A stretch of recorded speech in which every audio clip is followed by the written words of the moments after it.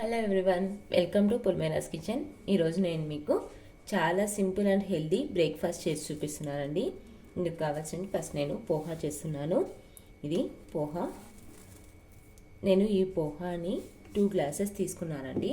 2 glasses తీసుకొని బాగా wash చేసేసుకొని ఇలా నానబెట్టుకున్నాను వాటర్లో ఇలా నానబెట్టుకున్న తర్వాత వాటర్ అన్నీ కూడా లేకుండా డ్రై అయ్యేలాగా పక్కన పెట్టేసుకున్నాను. మనం ఈ పోహా ఒక 10 to 15 మినిట్స్ అనేది నానబెట్టుకోవాలి.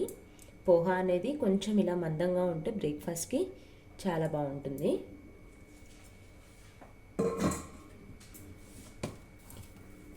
చూడండి, నేను ఇలా ఈ థిక్నెస్లో ఉండే పోహాస్ తీసుకున్నాను.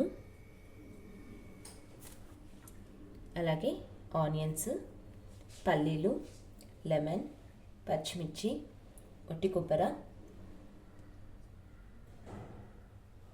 కొత్తిమీర, కరివేపాకు, అలాగే మసాలా ఐటమ్. నెక్స్ట్ నేను మిక్సీ జార్లోకి పచ్చిమిర్చి,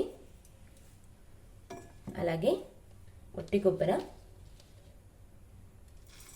డ్రై కోకోనట్ అండి, ఒట్టి కొబ్బరి, అలాగే సాల్ట్,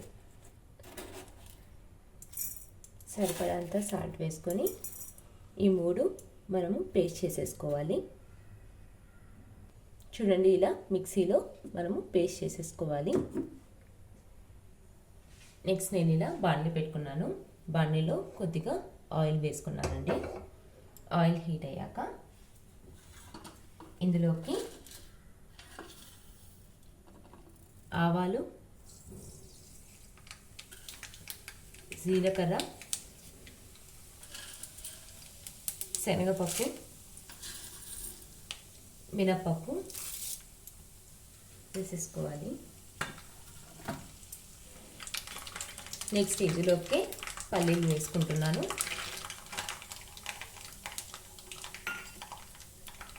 అలాగే మనము కట్ చేసి పెట్టుకున్న ఆనియన్స్ కూడా యాడ్ చేస్తున్నాను.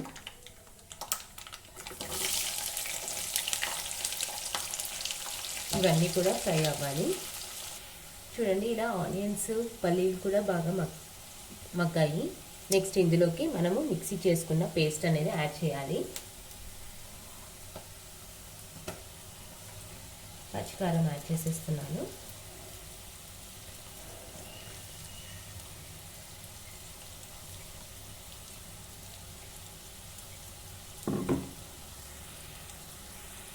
ఇలా పచ్చికారం యాడ్ చేశాక నెక్స్ట్ ఇందులోకి కొద్దిగా పసుపు, అలాగే నిమ్మకాయ రసం, అవి అన్నీ కూడా వేసేసుకున్నాక సన్నగా కట్ చేసుకున్న కొత్తిమీర, కరివేపాకు కూడా యాడ్ చేస్తున్నానండి.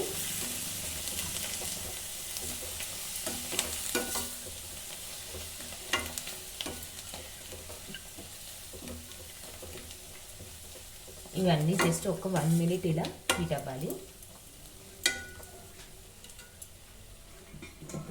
నెక్స్ట్ ఇందులోకి నేను ఆల్రెడీ వాటర్ లేకుండా ఇలా డ్రై చేసేసుకున్నాను.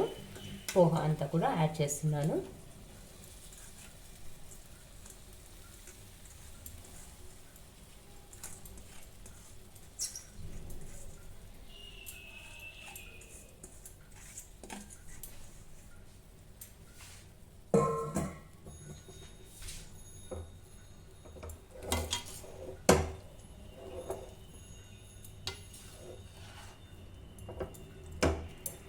ఇలా పర్ఫెక్ట్గా కలిపేసుకోవాలి.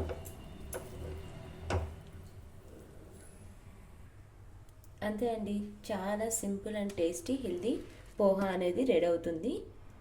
బాగా హీట్ చేసేసుకోవాలి మనము. ఒకసారి బాగా హీట్ చేసుకున్నాక మనకి పోహా అనేది రెడీ అవుతుంది. చాలా హెల్దీ అండ్ టేస్టీ. మీరు కూడా ట్రై చేయండి. నా ఛానల్ మీకు నచ్చినట్టయితే లైక్ చేయండి, షేర్ చేయండి, సబ్స్క్రైబ్ చేయండి. Thank you.